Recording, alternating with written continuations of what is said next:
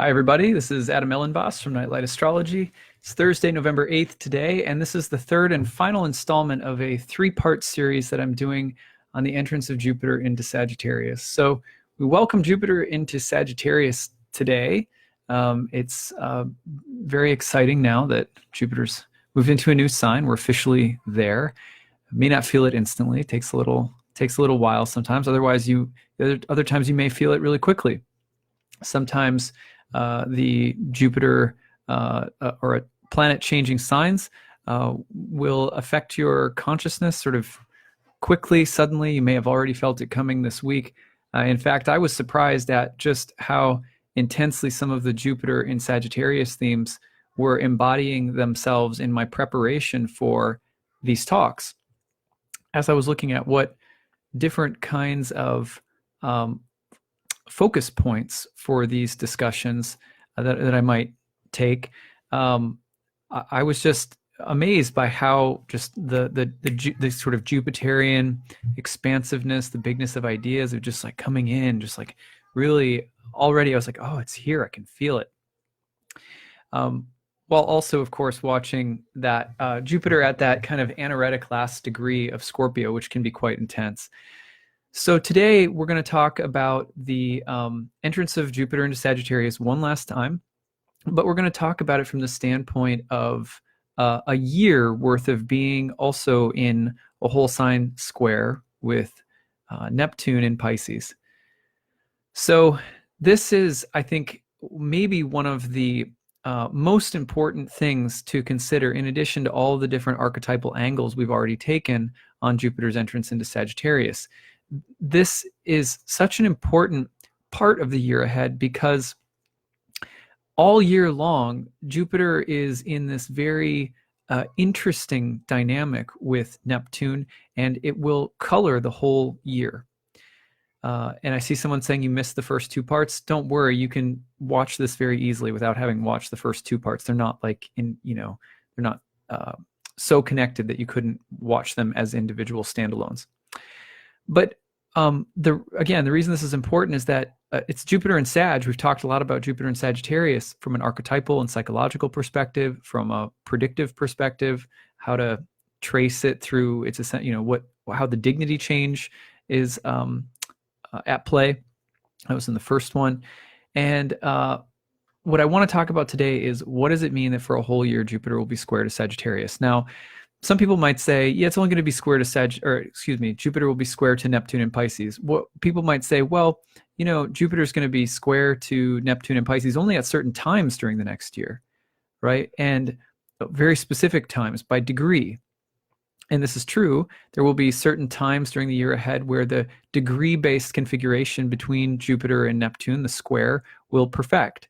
And those times are very specific intensifications of the archetypal dynamic that we're going to talk about today.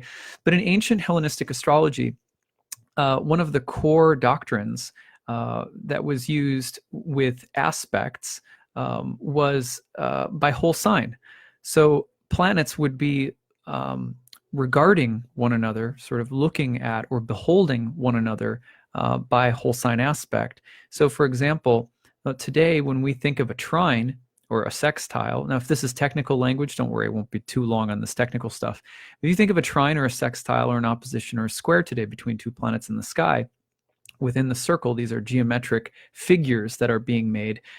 A lot of the times what we're thinking about are geometric, a number of degrees that creates a geometric angle between two transiting planets. This is not the original conceptualization of an aspect. It is one part of what an aspect is. But an aspect, more properly speaking, is a geometric configuration that's being made within a circle between whole signs. So for example, there were the great triangles, which are sometimes called trigons, or we call them trines when you're thinking about a degree-based aspect. But the great triangle is most fundamentally made between, say, Aries, Leo, and Sagittarius, three fire signs. Those three fire signs are connected in the circle by a three-sided polygon, a triangle. So you have a great triangle connecting all of the fire signs. You also have a great triangle connecting all the earth signs and all the air signs and all the water signs. And those are the great triangles. They connect, their essential connection is by signs, not by planets. So in order to understand aspects, you have to understand that it's whole signs that are connecting with one another. And from there, and then the squares, you have the squares between signs that are 90 degrees apart from one another. They are of conflicting gender groupings or elemental groupings, masculine and feminine, and they are of the same modality or the same quadruplicity, which means that they are all tropical, all solid, or all double-bodied, or all cardinal, fixed, or mutable, to use modern terms. So those squares are also giant squares that connect the signs, not planets, but signs. Okay, so when a planet is within any of those signs, let's say of the fiery triplicity, meaning the triangle of fire signs, when any planet is in Aries and any planet is in Leo, they are trying to one another, doesn't matter what the degree is, because their signs are trying to one another, first and foremost. Secondarily, they are considered to have a more intense connection if they are also connected by the specific number of degrees that separates the 0 degree of a fire sign from the 0 degree of another fire sign, right? Should be 120 degrees. So if you have two planets that are very close to 120 degrees apart from one another, exactly, that's a degree-based aspect. It's a kind of intensification of a whole sign-based aspect. But in ancient astrology, whole sign-based aspects were more fundamental, you could say. Now, this is important for our conversation today because all year long, Jupiter will be in a whole sign square throughout the entire year, regardless of the degrees. They will be looking at one another. Now, you have to think about the ancient view of the sky. It's sort of conceptualized like a cosmic courtroom. And the moment of your birth, the sky is thought to be reflecting a conversation among the gods in the sort of Hellenistic civilization, or the Hellenistic world.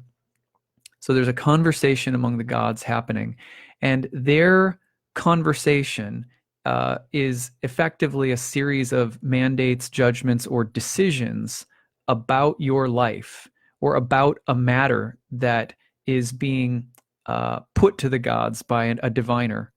So when you cast the chart for the moment of birth, what you're doing is you're saying, what will come of this life that's being born right now? You're asking the gods at that moment because ritualistically you've given significance to the birth as the moment in which it's best to ask.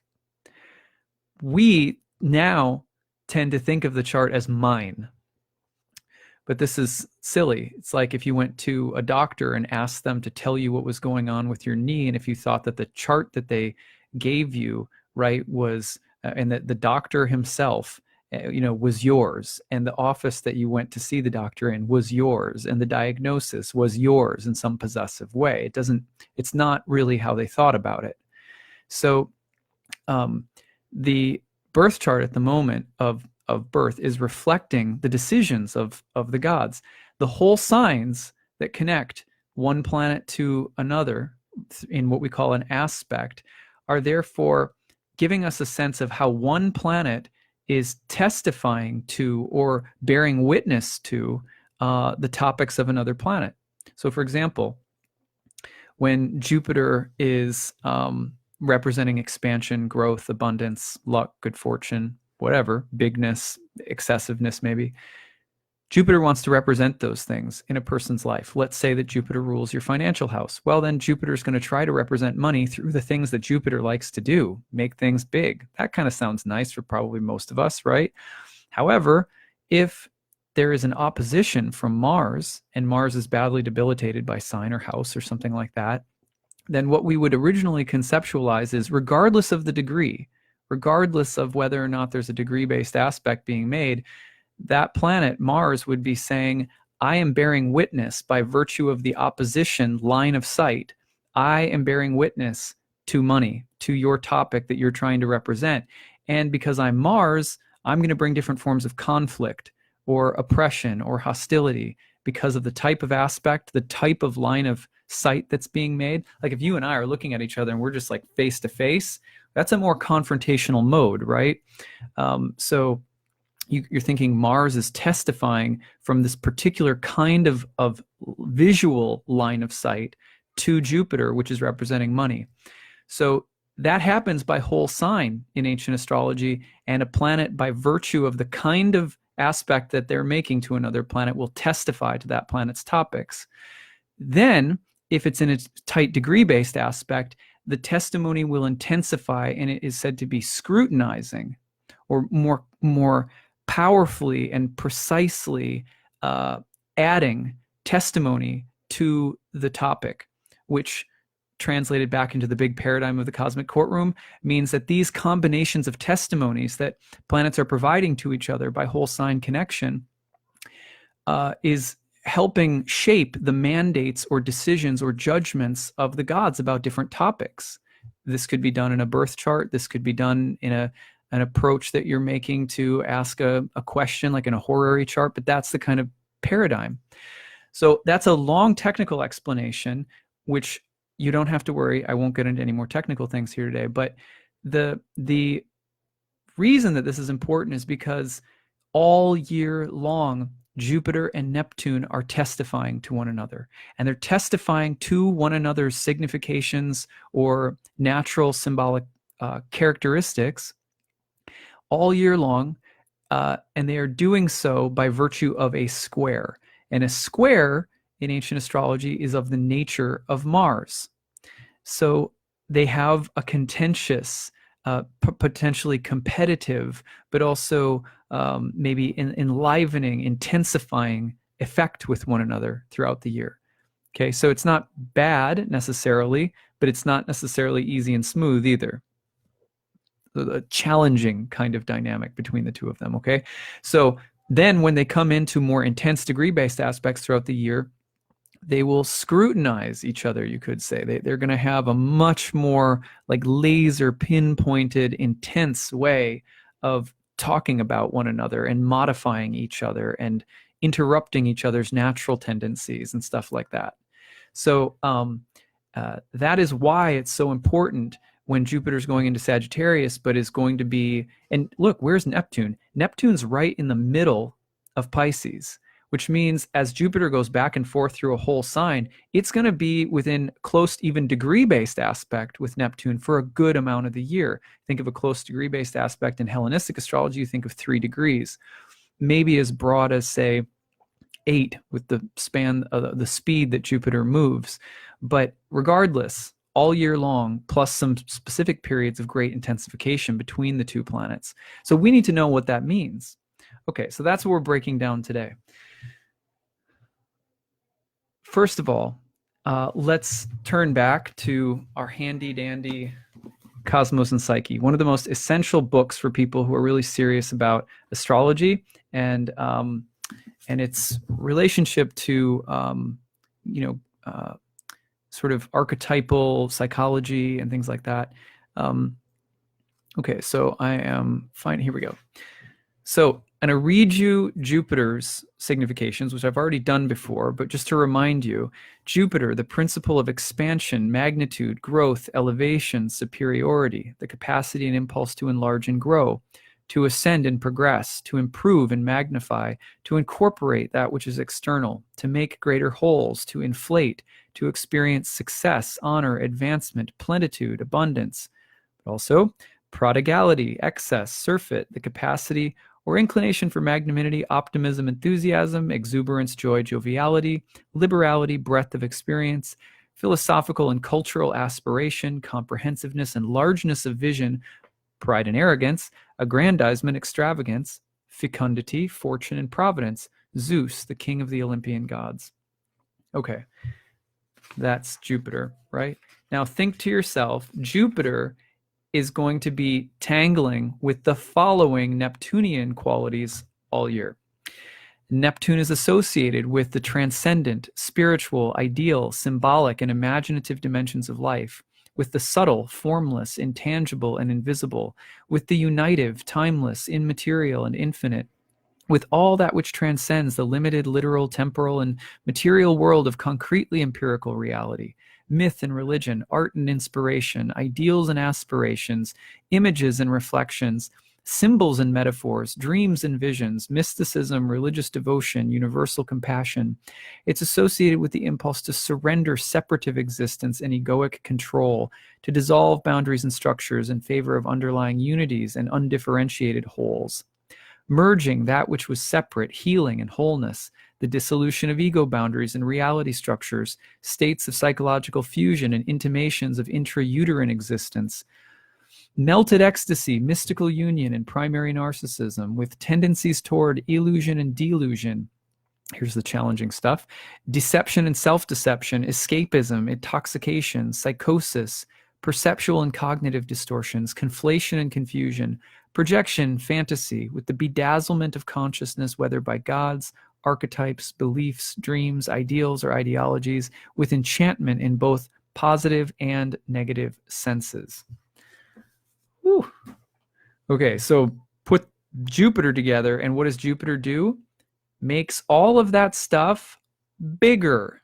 That's one very, very basic thing you can imagine. All of that super kind of the sort of Neptunian melting qualities, everything that tends to be more unifying. Both Jupiter and Neptune tend to be about unifying, though Neptune has more to do with dissolving separativeness, and Jupiter has more to do with expanding and taking things in and incorporating them.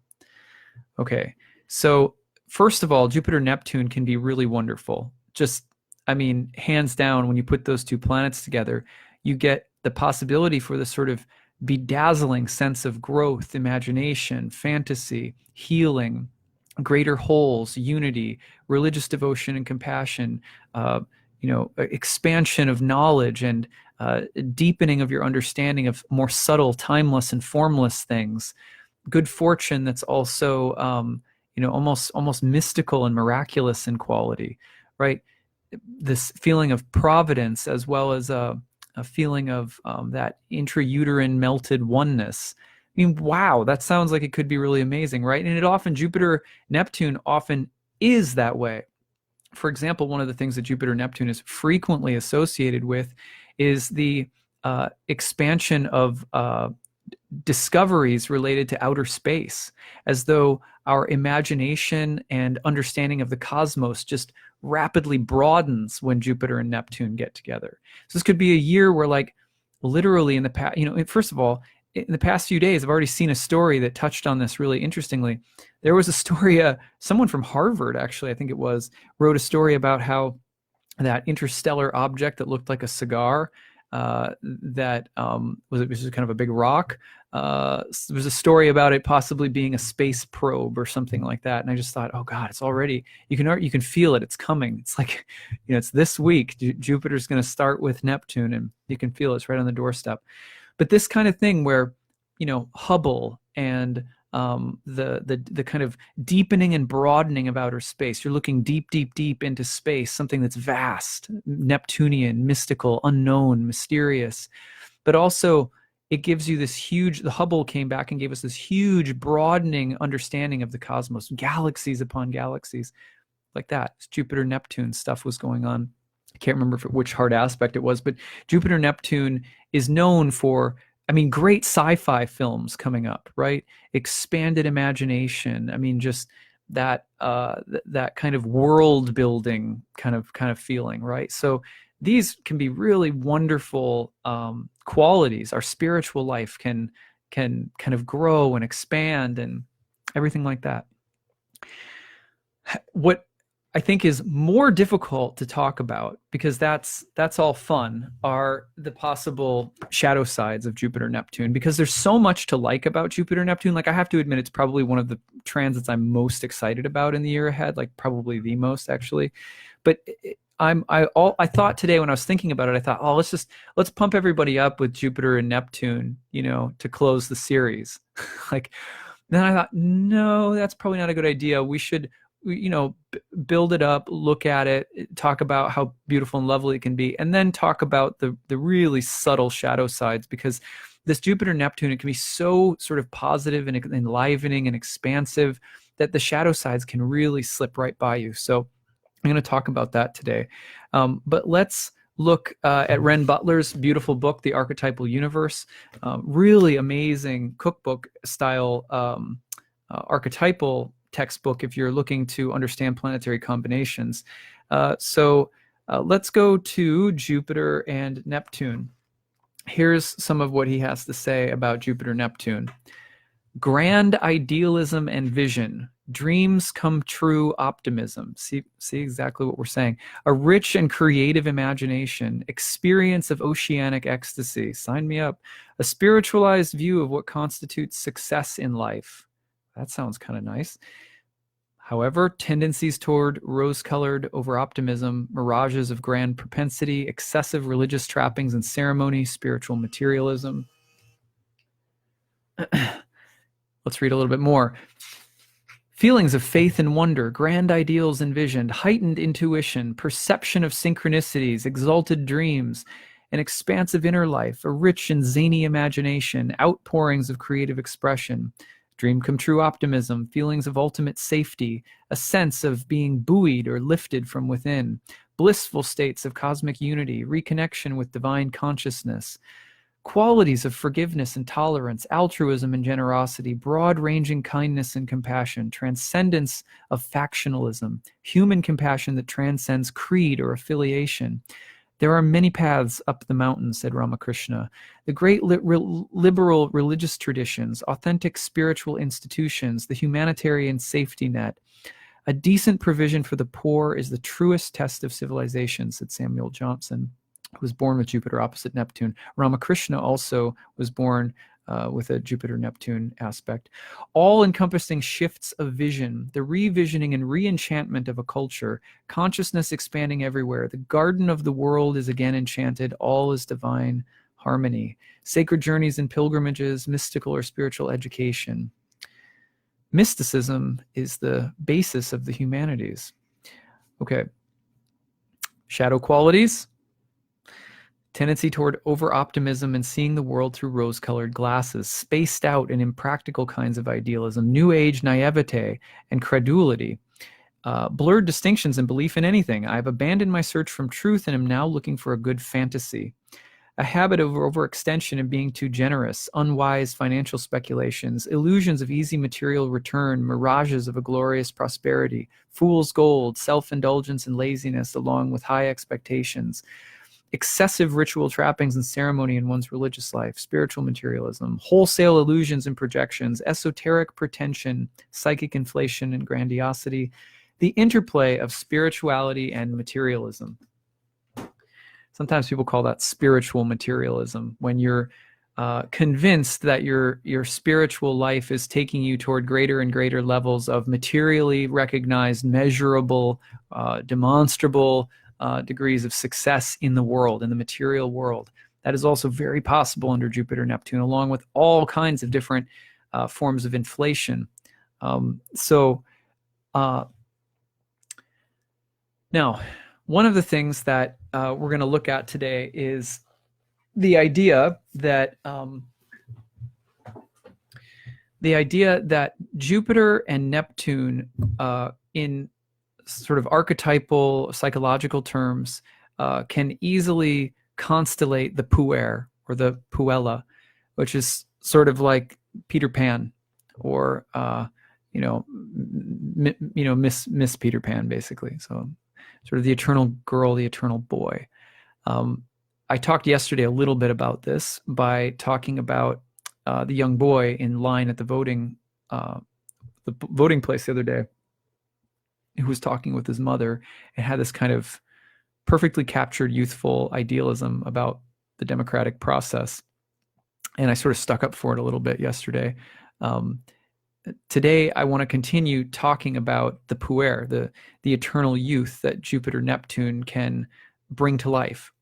The great thing about the Puer, right? The great thing is that we all need a sense of hope springing eternal, of a bright future, of a sense of a quest or mission that we're on, of a sense of redemption from mistakes or wounds, of a sense of resurrection and eternal life, a sense of an eternal goal. These things are part and parcel of most spiritual paradigms, and the Puer is associated with the spirit. The spirit's archetypal quality is one that is likes to fly upward toward the mountaintop, and on the mountaintop is usually where one connects to the divine. This is where maybe where the burning bush is located, so to speak. And so the Puer is necessary. It's something that we all work with. There's something that calls to us into the streets, singing and dancing. There's something that mobilizes us, rejuvenates our spirit. And Jupiter Neptune all year long can excite this within us, this kind of youthful, buoyant optimism, growth and expansion, wisdom and faith, like hope and compassion. And we can go with that in a really good direction. However, there are also shadow sides to the Puer, and I want to talk about those today, because all year long, the shadow of Jupiter and Neptune can be about the kinds of problems that the Puer tends to encounter psychologically, you might say, that we tend to encounter as the sort of shadow of the Puer. And it's cultural, it's personal, it's relational. And I'm going to call on, in order to do this, some passages from James Hillman's essay called Puer Wounds. It's called Puer Wounds. Now, one of the main reasons I chose this essay to call on, in order to do some reflecting about the shadow sides of Jupiter Neptune over the course of the next year, is that there was no one quite like James Hillman in terms of his understanding of the Puer and the kind of opposite archetypal complex, which is sometimes called the Senex. I talked about the same Puer-Senex dynamic yesterday by talking about Jupiter and Saturn. Saturn is really the Senex, the old person. It's where we get the word, sort of similar root word from senator, from like an older, overarching kind of figure. All year long, guess who else is beholding Neptune? Saturn. And all year long, Jupiter is also connected in an antitia, which I talked about yesterday, with Saturn. So these two can already tend toward the shadow sides of the Puer, but they will be all the more intertwined with the Senex, with Saturn, and with that which is old in the year ahead. So I want to talk about some of the shadows of the Puer and how it needs some of the Senex to make sure that we don't go just totally flying off into delusion and grandeur land. Not that I betray something, right? In saying this, I do not mean to betray some kind of Senex agenda here, right? I'm an equal opportunity archetypal employer in my own life. I'm like, all right, I've got to stay aware of the good and the light and dark side of all of these archetypes, and I have to be sort of equally prepared to use them in my life, to relate to them when it's necessary. And also, if they're not qualified for the job that I'm doing right now in my life, they're going to mess things up really bad, then I'm not going to bring them on board with me, So I think it's important to know about this, because especially in spiritual cultures tend toward the shadows of the Puer consciousness. Spiritual reality that we all participate in, a lot of us anyway, tends to be a little Peter Pan-y, and for lack of better words. So this is things that can help check us, so that as we're learning, growing, expanding, and doing this sort of beautiful, mystical Jupiter Neptune dance over the next year, we can stay aware of the Senex in the midst. This is a sneaky little sextile from Saturn. It's an almost invisible antitia from Saturn. And so let's look at this. So this is from Puer Wounds by James Hillman. I'm going to read a few different sections today. This one is a part of a section called Leaking and Containing. leaking and containing. And another thing that I want you to keep in mind during this, very, very important, is that the centaur of Sagittarius is intimately associated in, Greek mythology prior to, asteroid Chiron, is associated with the mythology of centaurs, and Chiron is among those centaurs. So Sagittarius is also a sign that, as a sign of Jupiter, when you hear this, you'll understand what I'm saying, has a lot in common with the quote-unquote wounded healer archetype. This is actually a deep part of Sagittarius as well. One of the arguments that I am going to make today could be understood in relation to the archetype of Chiron as well as Sagittarius. I don't see why one has to hoard the centaur mythos, right? So check this out: leaking and containing. Fourth, which sums it all, is the problem of the vessel. Socrates in Plato's Gorgias refers to an Orphic tale which says the soul of foolish uninitiated being is like a leaky vessel. The uninitiated are the most unhappy in the Hades depths of the psyche because they are there undergoing a process of senseless repetitive compulsion. They carry water in a sieve and pour it into a perforated jar. The uninitiated have no proper vessel. They are unsealed and unretentive, says Plato. They are filled with eagerness for more because they do not hold what they have. When everything passes through, the person himself is only passing through, without substance. The open wound may here refer to the unbuilt psychic body, which originally in Plato is the guard and keeper, not imprisoner, of the soul.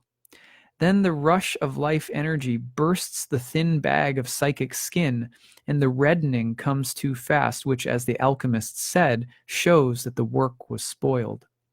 Thus, what is fundamentally missing in the Puer structure is the psychic container for holding in, keeping back, stopping short, the moment of reflection that keeps events within so that they can be realized as psychic facts. Let us regard this vessel as a womb which for 2,000 years from Hippocrates until Charcot was considered to be the special cause of hysteria. When this feminine vessel, the uterus, hystera, was out of place, wandered, it caused that leaking, dripping, outpouring of substance or hysteria. Without a proper feminine vessel, we can gestate nothing, nourish nothing, bring nothing to complete birth. Through the same unstoppered vessel out of which one pours oneself, one is subjected to the invasion of influences. Or as Plato puts it, the leaky soul can be swayed and easily persuaded. These souls are sieves that cannot close on themselves and so worship at springs, continually bubbling forth, and riversides, trusting in flow. The worship of flow, however, means also to be continually flowed through, provisional, suggestible, receptive to sinking into any surrounding. Now we meet another danger to Puer consciousness, dissolution into water, oblivion, and this is the Jupiter-Neptune. Nothing ever really happens. The virginal yes that is both continual renewal and indiscrimination, all wet. Wide eyes, open mouths, ready laps. The proposition that the wound is an opening further proposes that the wound one is the proposition that the wound is an opening further proposes that the wounded one is afflicted by openness. Let's read that one more time. The proposition that the wound is an opening further proposes that the wounded one is afflicted by openness. Puer openness appears as innocence, which means literally without hurt, free of noxiousness, out of harm's way. The wound that is so necessary to initiation ceremonies ends the state of innocence as it opens one in a new way at another place, making one suffer from openness, bringing to a close the world as wonder. Now it hurts, and I must protect myself. I am no longer unharmed and harmless. So the Puer impulse will force a car crash or a ski spill, not merely for risk or the penchant for destruction, but as well because these adolescent accidents may move the soul into a harmed and initiated body. It is as if the soul can find no path out of innocence other than physical hurt. Okay, I'm going to go on a little bit because this is really a beautiful section. This lets us look again at castration, so usually imagined to be the root problem of Puer states. The usual view considers Puer woundedness reducible to castration. He's been weakened by the mother or become her hystericized, ineffectual son because of the father. Let us start from the usual view, although revisioning it anew. Let us imagine that Puer castration is indeed a return to the mother, but less as her son than as a disembodied wandering spirit searching for one's hystera, one's internal mother, as the womb has been called. The return to the womb is to find shelter and enclosure for one's leaky, hysterical suggestibility. In other words, like cures like. My very sickness shows the mode of its healing. Hysterical regressions to the mother reveal my profound vulnerability, how utterly exposed I am, like an exaggerated wound, and I enter into my woundedness so that it may mother me. Instead of hysterically fleeing castration, I am initiated by it. Here, the fantasy is wound equals womb.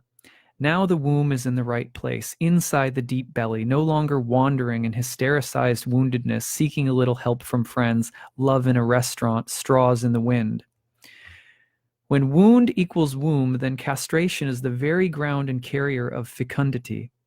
One's weakness bears one's future. One's inability is the place of one's potential. So often we read this truth in the lives of sickly, hystericized young persons whose castration complex is precisely the locus of their genius. So we may consider the Puer's castration, how he is cut off from his phallic force and seminal thoughts, as a mutilated and desperate recognition of the need for a womb-like soul that can gestate his embryonic values. My self-castrations may be my mother teaching me how to mother. They are attempts at holding myself in.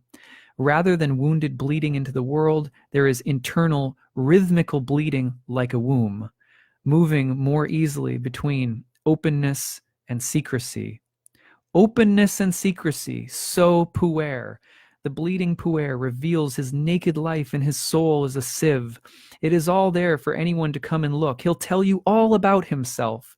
The Puer influence in any complex lays out its wares in public, and passersby are amazed that anyone can be so open, so unpsychological. This public display is enacted by writers, painters, performers, whose complexes compulsively insist on being widely published, hung upon the wall, or shown to applauding audiences. Together with this openness, a counter-movement of paranoid anxieties begins to cloud over. This is so Jupiter-Neptune, all of this. A peculiar secretiveness darkens the innocence. One feels that emotions can be shared with only a few, whom can one really trust on watch for betrayals. To be open only leads to hurt. These anxieties initiate a sense of isolation, enmity, and separation, cunning, exile, and silence, in contradistinction to the charmingly naive defenselessness. Paranoid worries come as answer to overexposure. They are self-protective and indicate closure. This happens, however, only when openness begins to hurt. Hence, betrayals are so important for moving consciousness from the only Puer condition. As wounds heal, they close in on themselves. Paranoid anxieties, therefore, may be therapeutic for the innocent Puer man. By sealing up in secretiveness, he moves toward initiation. He has a secret without which there is no separate individuality. The secret that seals one off has to do with the paranoid anima, a secret fantasy, a secret love, a secret goal. Curled inside the paranoid suspicion is the chrysalis of one's special individualized soul. My soul wants something unique from me. Anima is one meaning and one cure of Puer woundedness. The paranoia of the enclosed anima in its reaction to Puer openness can go to extremes. Interior life is sealed up tight, like those images of Mary, the closed gate, enclosed garden, semper virgo. the virginal anima that has not been pierced to the emotions by the experience of physis, which we literalize as sexual and physical experiences, keeps Puer persons youngly innocent while offering another way of denying woundedness. Moreover, the eternal virginity of Mary in soul constellates a Christ identification in action. There is let loose a fresh round of bleeding into the world that never really stains one's interior life. This version of the Christian mother-son drama plays itself like a routine repertoire, season after season, in the psyche of those mimetics to this particular pattern of the Puer. Yet from all that repetition, little awareness comes, since the anima remains Virgo intacta, and the man remains crucified by spiritual questions, the relations of spirit and flesh, God and world, ego and self, east and west, one and many, never moving past the psychological age of 33. Fortunately, there are other images of Mary and other modes of Mary-Jesus tandem, and even less literal modes of being in the Semper Virgo pattern. So he goes on for a while here, but I'm just going to leave it there for now. That passage is so powerful and so beautiful. I hope you're able to listen to all of it. What he's really getting at in that passage is that when we think, one of the things that can happen with Jupiter, Neptune, is that we become very naive. Our optimism, our spiritual life, our growth takes on a kind of eternally youthful but ultimately very naive quality.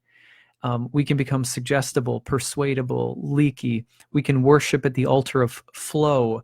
We can think of everything as grandly moving upward and ever expanding. We're always evolving. We're always learning. We're always growing. And what he's saying here is that, to the extent that we don't allow ourselves to be wounded, not just to heal the wound, not the redemption of the wound, but just the wound.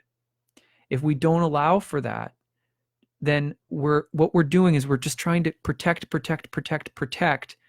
a kind of feeling of youthfulness. And that when that co-opts our spiritual lives, we are mistaking, we have a sort of Peter Pan version of spirituality. We have a sort of a naive optimism. There's a naive sense of what we can expect in the future. There's a naive hope for the future. And this is one of the things we have to be very careful of during the entire Jupiter-Neptune dynamic over the next year. Now, he says one other thing right here, which is really interesting. He says, the wounded healer does not mean merely that a person has been hurt and can empathize, which is too obvious and never enough to heal. Nor does it mean that a person can heal because he or she has been through the identical process, for this would not help unless the process had utterly altered consciousness. Let us remember that the wounded healer is not a human person, but a personification presenting a kind of consciousness. This kind of consciousness refers to mutilations and afflictions of the body organs that release the sparks of consciousness in these organs, resulting in an organ or body consciousness. Healing comes then not because one is whole, integrated, and all together, but from a consciousness breaking through dismemberment. Oh my God. There it is. So in the midst of this year of great expansion and melting things together and flow and ease and grace and obtaining larger wholes, all of those things, which can be so beautiful, we have to be so careful that we do not devalue the relationship that wholeness has to dismemberment, the relationship that wholeness has to parts, the relationship that wholeness also has to pain. You can't whitewash pain. You can't whitewash dismemberment, and you can't whitewash opposition. Whether it's in relationships, it's politically, or it's socially, whether it's spiritually, whether it's our own shadows, anytime that we try to, we keep telling ourselves a story of redemption, of triumph, of growth, of evolution, of upward vertical movement, of greater expansion, all of these things. And we are doing them at the sake of marginalizing pain, separation, opposition, discord, difficulty. That is absolutely not what is meant by the idea of a wounded healer. So what is a wounded healer, right? Well, here's exactly what Hillman says it isn't. And this is what, unfortunately, most of what I see people thinking that it is in the astrological sort of social media world out there. Remember, this is relevant because Sagittarius, the centaur, connected with centaur mythology like Chiron. You could think of this in relation to Chiron, the wounded healer, as well as the asteroid. The wounded healer does not mean merely that a person has been hurt and can therefore empathize. How many times I've heard people say, oh, what's Chiron all about? Or what's the wounded healer archetype all about? And they'll be like, oh, well, it means that you've been hurt in life, and so you've become more sensitive and you can empathize better with others, right? No, not what it means. It's not, as Hillman says, it's too obvious and never enough to heal.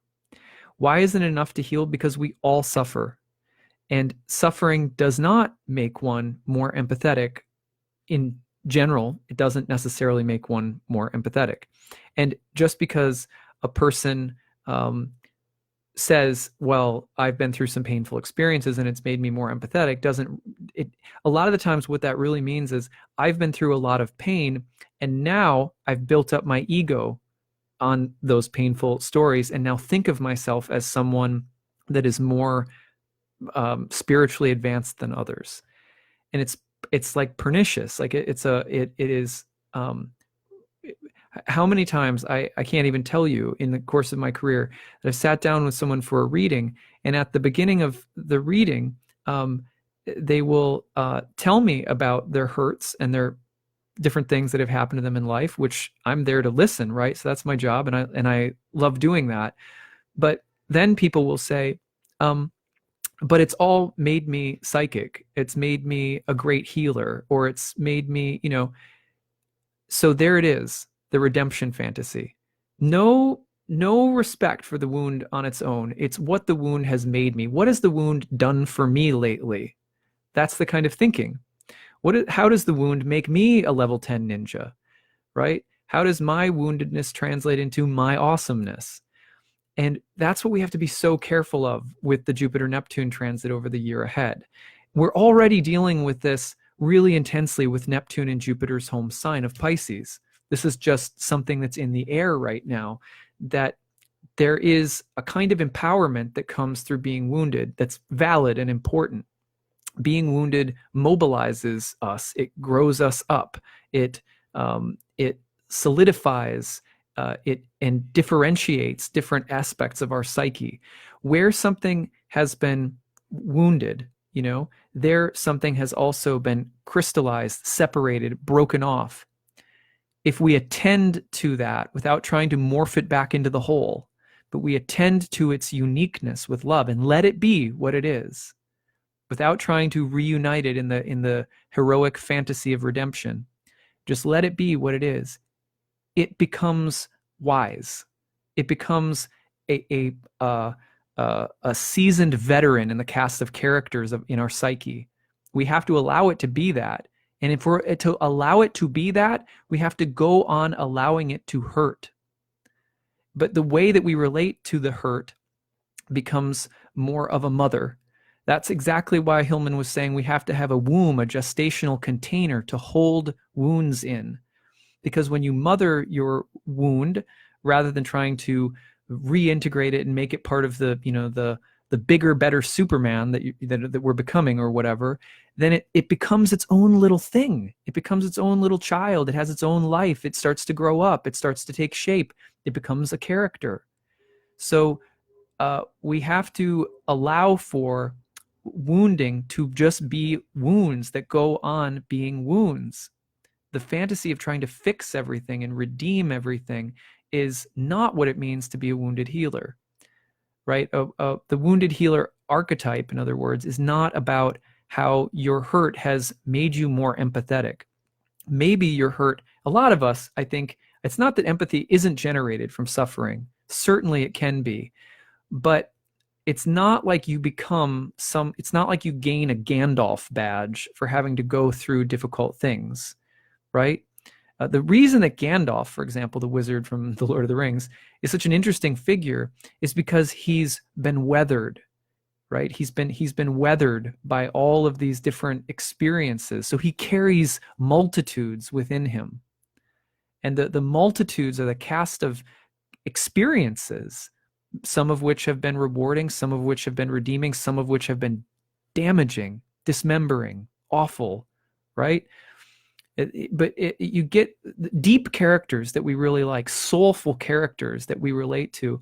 You get a sense that they're real because there's more to them than some kind of singular force that's all together. And by the way, isn't it interesting how those people who often talk the most about being wounded healers, about how important it is for all of us to become wounded healers or whatever, going back, it is the openness and secrecy. The bleeding Puer reveals his naked life and his soul is a sieve. It's all there for anyone to come and look. He'll tell you all about himself, right? Think about how common it is to see public confessionals just everywhere being like, this is what's made me so, I'm just going to be open. I'm going to do it, guys. I'm going to write and just really share right now, right? That kind of stuff. There is a pernicious, like, egotistical spirit that can be in some of that kind of stuff. I know because I studied confessional memoir writing in my MFA program, and I wrote a book at the Puer ripe age of 28 years old, right? That was exactly like that. It was just a lot of like confessional sharing. And I was going through initiation experiences at that time. So it was a book about initiation, but still really colored by the Puer within me. So I know this. It's not something that I'm speaking down about from some kind of, icy distance or something. It's something that I've had to move through very personally. For example, in my own birth chart, Chiron is right on the ascendant, right? So it's within a degree of my ascendant. So I know what these challenges are like. The wounded healer does not mean that a person has been hurt and can empathize, which is too obvious and never enough to heal. Nor does it mean that a person can heal because he or she has been through an identical process. Okay, so the other thing that we sometimes think is that, well, I've been through addiction and it was shaping me to be an addiction counselor. Okay. Obviously, that story's true. It's archetypal. It's a recurring theme in human nature that the wounds that we endure, sometimes we become uniquely skilled at helping others with those exact things. No one's going to argue about that, I don't think. However, also not what the wounded healer is exactly about. Like, oh, you're going to go through something. It's going to be pain. That was your curriculum so that you could go and save all the other people who are going to deal with that. No. We need to think about this a little bit more carefully. Here's what he says. The kind of consciousness of the wounded healer refers to mutilations and afflictions of the body organs that release the sparks of consciousness in these organs, resulting in an organ or body consciousness. What he's saying is that wounds help to differentiate us psychically. The youth, the Puer, undifferentiated. An undifferentiated whole. Wounds are not just, for the Puer, a wound is a sidetrack, an unfortunate digression, a distraction from wholeness. Wounds come up when you're a hippie traveling around the country on a mission to eternity, and your car breaks down and suddenly you're fucked. You know what I mean? Like and we've all had that happen, right? I'm not just picking on hippies. I'm saying that's all of us. That's when we get on our like youthful, unicorn trip, and we're out there somewhere and something just interrupts and it cuts us off, and it says, no, now you have to deal with something that's hard and stark. and it interrupts, that also is not, it's not just a distraction from flow. It's not just, well, I'm just going to trust, and then hopefully I'll manifest some money from someone who donates it to me, and then hopefully I'll manifest another couch to stay on, and then like I'll hit my stride again and everything will be fine. You know, the Puer is the one who goes on looking for escape mechanisms to get back to that feeling of undifferentiated wholeness, adventure, brightness, an open future, everything rolling my way. All of us have that within us. Nobody likes to be interrupted by the differentiating events wound. They sort of hurt. But what they also do is when we get that wound, when it comes in through something, it also offers us diversity. Diversity is it's like going to another country. You learn a little bit about a different language, you eat different food, you see a different culture, you come back to your own country, so to speak, and it's like you now have a new sort of department within yourself. Everybody knows what that experience is like. Everyone loves those kind of experiences for the most part. But we have a hard time imagining that our wounds are serving that same kind of differentiation, and that in order to keep those wounds doing the business of differentiation, deepening us, soulfully dividing us into deeper departments, so to speak, or like deeper characters that are getting built within us, the wounds have to go on wounding. That's what it means to be a wounded healer. It's that you can speak to others about healing and about spiritual life because you are not trying to make yourself whole. Rather, you're recognizing the natural, recurring, rhythmic bleeding of your own self. We all have wombs that continually bleed, that we have space inside of us that has to contain multitudes, and that it has to bleed and release sometimes. So for the wounds to give their wisdom, they have to go on wounding us. That's just part of it. We can see this in Buddhism. The yogis tell us this. Again, like so many different mystical traditions have told us this, that suffering is inevitable, that suffering is also a part of how the deepening of spiritual life happens. We don't run from it. That's not what redemption is really about. When we redeem a wound, it means that we have allowed the wound to be held in a deeper space in consciousness. We've allowed deeper space for it. So healing comes, as he says at the end, not because one is whole, integrated, all together, but from a consciousness breaking through dismemberment. So I put that in there. All of this today, I'm going to close now. I put all of this in there today to say, let's not forget a little bit of dismemberment, of pain, and of the aggravation of suffering that can't be fixed or solved, that doesn't want to be fixed or solved, that gives its gifts when it's not fixed or solved. Let's make sure we don't forget that in the midst of a year that could be very much about expansion, wholeness, integration, growth, unity, undifferentiatedness, etc. They're going to go together this year. And but very easily, with so much Jupiterian inflation, Neptune and Jupiter sign, Jupiter in its home sign of Sag, the secret counterpart in there is Saturn. And you know how Saturn shows up?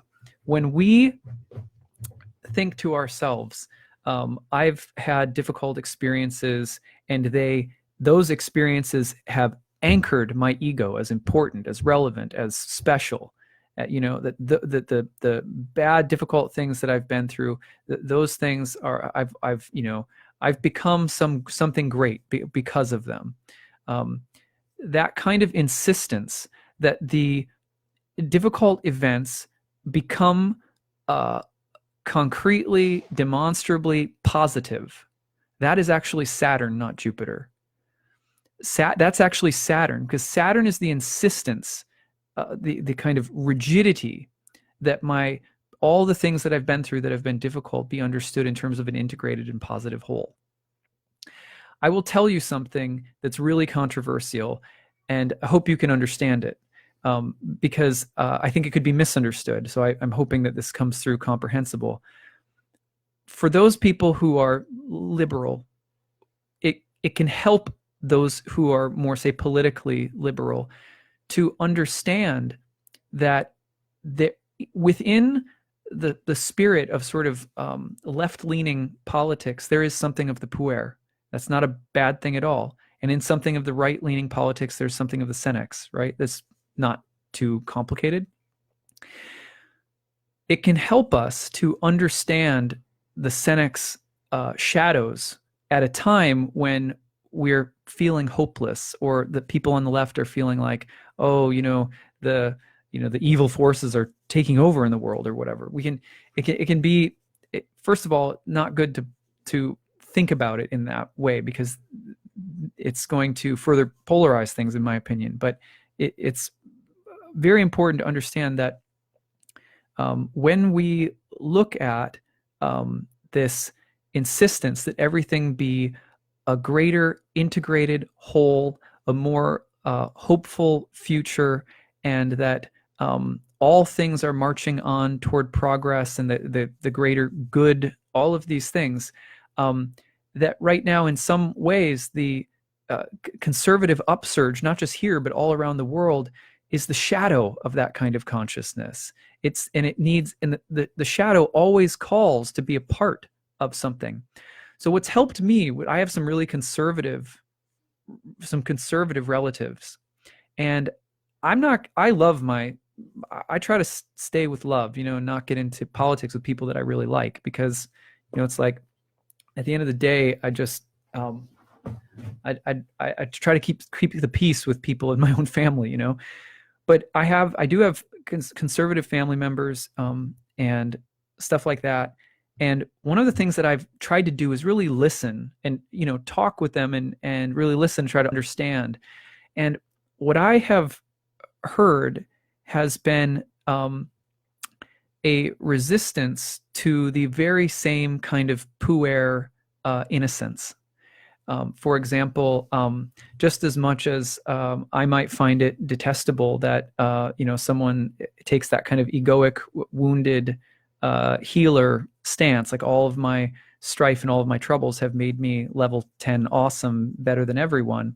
I have family members who feel that is exactly what identity politics is all about.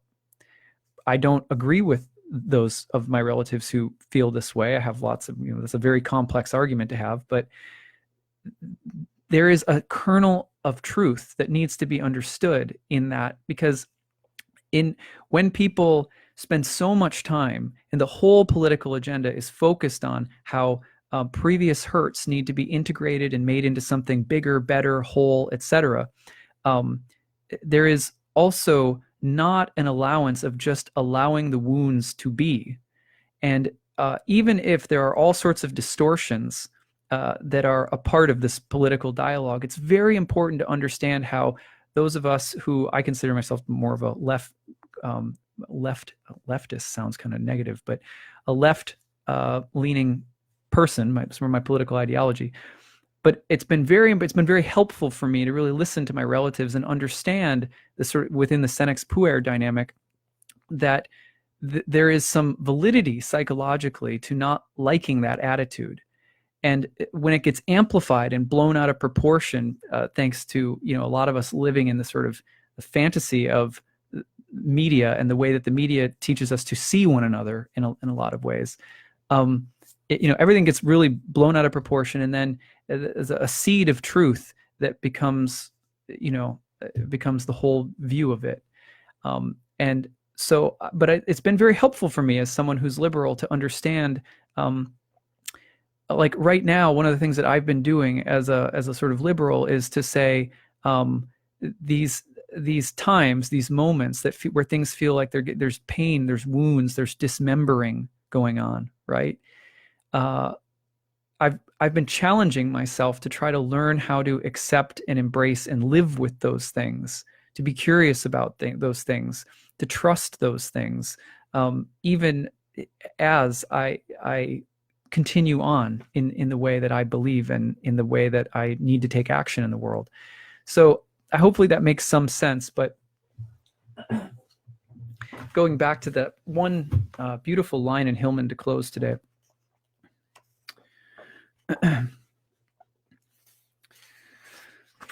Here's I haven't read this one yet. We might extend this thought further by saying, along with Patricia Berry and David L. Miller, the story consciousness will set us up. That story consciousness will set us up as heroic Puer, fatefully leading us into the woundedness which is inherent to the story, but which comes at its end. Ourselves as epic stories might well be a good way of defining the Puer neurosis. Then we must go to therapy to reversion the story, that is, to integrate the symptoms by discovering their inherent necessity. This discovery takes us out of story and into image, for we realize that the wound, like that of Odysseus, has been inherent to us all along, a realization which turns wound into scar. In other words, image consciousness heals, the sense of ourselves as image in which all parts belong and are co-relatively necessary, keeps ends and beginnings together, like the wound remembered by the scar. Well, the question of, to me, the question of the next year is, how can growth, faith, hope, expansion, how can those things come through while also recognizing the necessity that pain and dismemberment, loss and grief play in the deepening of all psychic processes. And you can see that reflected in the collective right now as well. This is a time where these forces are clashing mightily. So hopefully this has been interesting to everybody. And I look forward to touching base with you guys in the weeks ahead. We'll be looking at coming up on the 15th, Mars is going to be entering Pisces. I'll be doing a talk on that. That should be fun. But in the meantime, I hope that you take this in very deeply. And if you have thoughts, questions, reflections that you'd like to share, feel free to email me. Okay, take care, everyone.